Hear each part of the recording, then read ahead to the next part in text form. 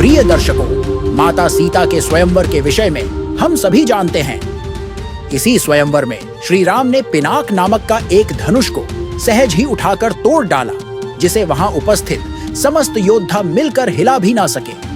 पिनाक भगवान महादेव का एक शक्तिशाली दिव्यास्त्र था और वो धनुष मिथिला के नरेश जनक राजा के दरबार में उपस्थित थे। दरअसल इस धनुष की रचना कैसे हुई, यह शिव के पास कैसे आया, इसकी शक्ति क्या थी और यह दिव्य अस्त्र राजा जनक के पास कैसे पहुंचा, और सीता के स्वयंवर में इस अस्त्र का प्रयोग क्यों करना पड़ा, इस धनुष को सिर्फ राम ही क्यों उठा पाए, क्या राम से पहले इस धनुष को किसी ने उठाया था? अगर उठाया तो वह कौन था? क्या था इसका रहस्य?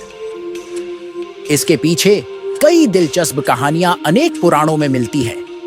आइए विस्तार से जानते हैं इस दिव्यास्त्र के पीछे छुपी रहस्य और इस धनुष से जुड़े सीता स्वयंवर के प्रसंग के बारे में। पौराणिक कथा के अनुसार जब माता सीता मिथिला नरेश महाराज जनक को धरती से प्राप्त हुई थी, तब भगवान परशुराम सीता को आशीर्वाद देने के लिए धरती पर आए थे। परशुराम उस शिशु को देखते ही समझ गए कि वह मां लक्ष्मी का अवतार है।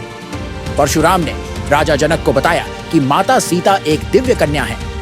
यह सुनकर राजा जनक को चिंता हुई कि माता सीता का विवाह किससे होगा।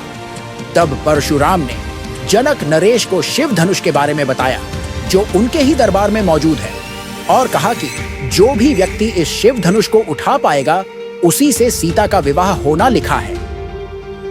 जनक नरेश ने प्रसन्न होकर धनुष को सभा मंडप में स्थापित कर दिया, ताकि समय आने पर इसका उपयोग सीता स्वयंवर में किया जा सके। उस शिव धनुष का शक्ति इतना अधिक था कि उसे सभा मंडप में रखने के लिए जनक नरेश को अपने महल के सभी सैनिकों को तैनात करना पड़ा था। शिव धनुष की शक्ति को जानकर राजा जनक चिंतित हो गए। उन्होंने अपनी समस्या भगवान परशुराम को बताई। तब परशुराम ने उन्हें समझाया कि लक्ष्मी को प्राप्त करने के लिए नारायण स्वयं इस धरती पर आएंगे। उधर भगवान विष्णु श्री राम के रूप में अवतरित हो चुके थे। ये तो हम सभी जानते ही हैं कि त्रेता युग में भगवान विष्णु ने श्री राम के रूप में अपना 7वां अवतार लिया था। यदि आप पिनाक के इतिहास के बारे में पढ़े, जिसका वर्णन विष्णु पुराण और शिव पुराण दोनों में विस्तार से दिया गया है, पिनाक धनुष की रचना, शिव के पास इसका होना तथा मिथिला के राजा जनक के दरबार में प्राप्त होना, इसके पीछे एक पौराणिक कथा छिपी है। एक कथा के अनुसार त्रिपुरासुर नामक राक्षस ने भगवान शिव से अजेय होने का वरदान प्राप्त किया था और वह तीनों लोकों में उत्पात मचा रहा था। वरदान के कारण स्वयं शिव भी इस राक्षस का कुछ नहीं कर पा रहे थे। एक बार महर्षि कण्व ने ब्रह्मदेव की कठोर तपस्या की। महर्षि की तपस्या से प्रसन्न होकर ब्रह्मदेव ने मनचाहा वरदान दिया। ब्रह्मदेव ने उन्हें पिनाक नामक एक दिव्यास्त्र प्रदान किया और कहा कि इस अस्त्र का एक बार प्रयोग करने के बाद इसे नष्ट करना होगा। महर्षि कण्व ने उस अस्त्र को भगवान शिव को सौंप दिया।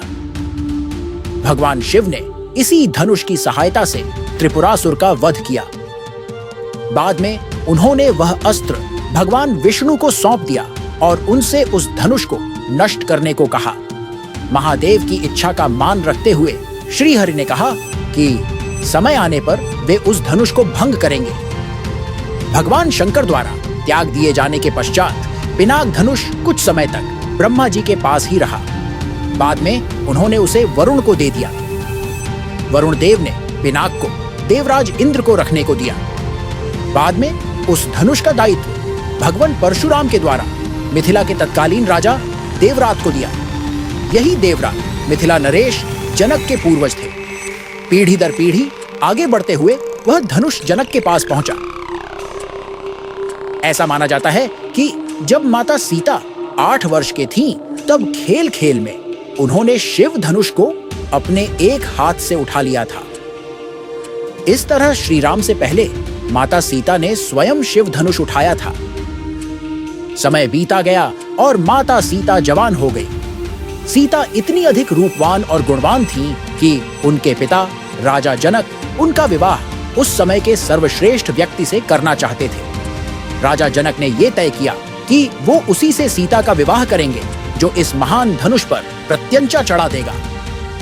इसके लिए उन्होंने एक स्वयंवर का आयोजन किया। स्वयंवर की तैयारी करते राजा जनक ने यह शर्त रखी कि जो भी शिवजी का धनुष की प्रत्यंचा चढ़ाने में सफल होगा वही सीता का पति होगा। स्वयंवर में उस समय के महानतम राजाओं और राजकुमारों उपस्थित थे। उनमें से कुछ तो असीम बलशाली थे। लंकाधिपति रावण और बाणासुर जैसे महाबलशाली भी आए थे। हर कोई सीता जैसी परम सुंदरी को पाना चाहता था। लेकिन बहुत अनूठी बात यह थी कि धनुष पर प्रत्यंचा चढ़ाने की बात तो दूर, उस धनुष को कोई उसकी जगह से हिल भी नहीं सका। जिसने भी धनुष उठाने की कोशिश की, सारे राजा हार कर लज्जित होकर अपने आसन पर सिर झुकाकर बैठ गए। इस सभा में श्री राम अपने गुरु विश्वामित्र और भाई लक्ष्मण के साथ उपस्थित थे। वह शांत भाव से बैठे सब देख रहे थे। राजाओं के असफल होने पर जनक बहुत निराश हो गए। हताशा में वह यहाँ तक कह गए कि यदि मुझे पता होता कि पृथ्वी वीरों से रहित हो गई है तो मैं स्वयंवर ही आयोजित नहीं करता। ऐसी स्थिति में विश्वामित्र ने श्री राम से कहा कि हे राम, उठो, शिवजी का धनुष भंग कर जनक का संताप मिटाओ। श्री राम ने गुरु को सिर नवाया। वह सहज रूप से खड़े होकर बड़ी वेग से फूल की तरह धनुष को उठा लिया और उस पर डोरी इतनी तेजी से चढ़ाई कि कोई देख ही नहीं पाया। प्रत्यंचा चढ़ाने से पहले ही धनुष 2 टुकड़े हो गया। सभा में जयकार की गूंज उठा और माता सीता से उसका विवाह संपन्न हो गया। सीता स्वयंवर में श्री राम रूपी नारायण ने महादेव की इच्छा को पूरी करने के लिए ही अंततः उस धनुष को तोड़ दिया। महादेव के हाथों तारकासुर का वध होने के बाद उस धनुष का उद्देश्य समाप्त हो गया था। उसके बाद पिनाक का पृथ्वी पर कोई अन्य कार्य शेष नहीं था। कदाचित वास्तविक कारण यही थी कि श्री राम रूपी नारायण ने उस धनुष को भंग करने की आवश्यकता थी। वास्तव में सृष्टि में कुछ भी अनश्वर नहीं है। समय पूर्ण होने पर सबका नाश होना अवश्य है। यही सृष्टि का अटल नियम है। प्रिय दर्शकों, हमें उम्मीद है कि आपको रामायण का यह एपिसोड पसंद आया होगा। हम इस चैनल पर ऐसी ही रोचक कहानियां प्रस्तुत करने जा रहे हैं। अगर आपको यह वीडियो देखने में मजा आया है तो इस वीडियो को लाइक करना और अपने दोस्तों के साथ सब्सक्राइब और शेयर करना न भूलें। हम आपसे अपने अगले वीडियो में फिर मिलेंगे। धन्यवाद।